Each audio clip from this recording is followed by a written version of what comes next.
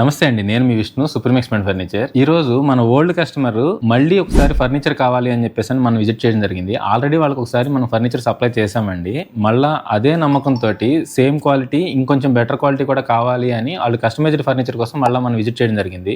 So Ramakrishna గారు, ఒక్కసారి మీకు మా మీద ఉన్న నమ్మకంకి కస్టమర్స్ కూడా ఒకసారి మీ నమ్మకం ఏంటి అనేది ఒకసారి క్లియర్ గా చెప్తారు. సార్, నేను వచ్చేసి రామకృష్ణ అండి. నేను విజయవాడలోనే ఉంటాను.